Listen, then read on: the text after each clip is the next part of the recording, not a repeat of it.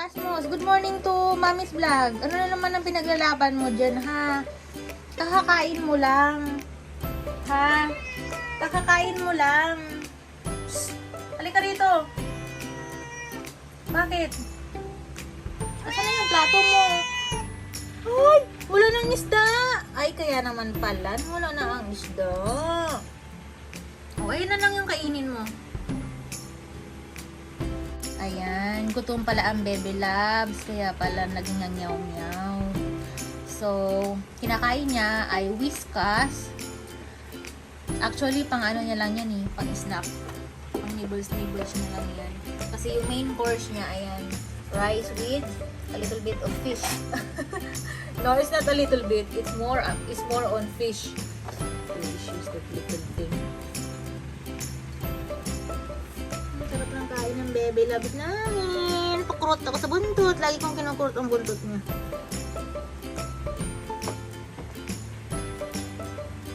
Ang cute niya, dugo.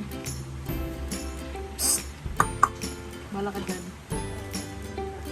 Hindi, grabe naman siya. Kakakain niya lang kanina. Binigyan niya ni Mama ng priority ng breakfast kanina habang ng pakulo ng tubig.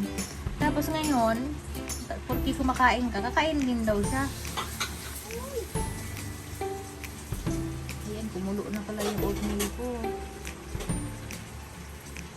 Ano na, Rasmus? Ang Bebe Loves namin! Ang Bebe Loves! A few moments later. Good morning, guys! Everyone! So, ito yung breakfast natin. Simple breakfast. Ayan. Wala nang ulo po yung mga isda natin kasi naka-reserve na po siya kay Rasmus. Pinugutan na ng ulo ang isda para lang kay Bebe Rasmus. Alam niyo na kung sino si Rasmus. Siya si Pusa. Pusa siya na Rasmus. And then, syempre, yung energy na vanilla. And ito yung baon ng kapatid kong naka-separate. And of course, itong talong na pinirito na maitim. Hindi ko alam kung anong ginawa ni Mama dyan. Naging maitim yung talong.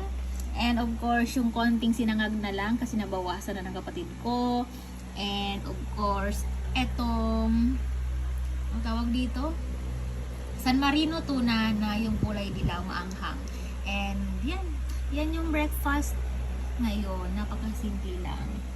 So, ang nakakatuwa dito, yung isda. Nawala ang ulo. So, ayan. I wish all of you, everyone, have a nice day. Kain po tayo. Simple pagkain, ang simpleng mga tao. Kapag ganun. Bye-bye. Have a nice day. Thank you for watching.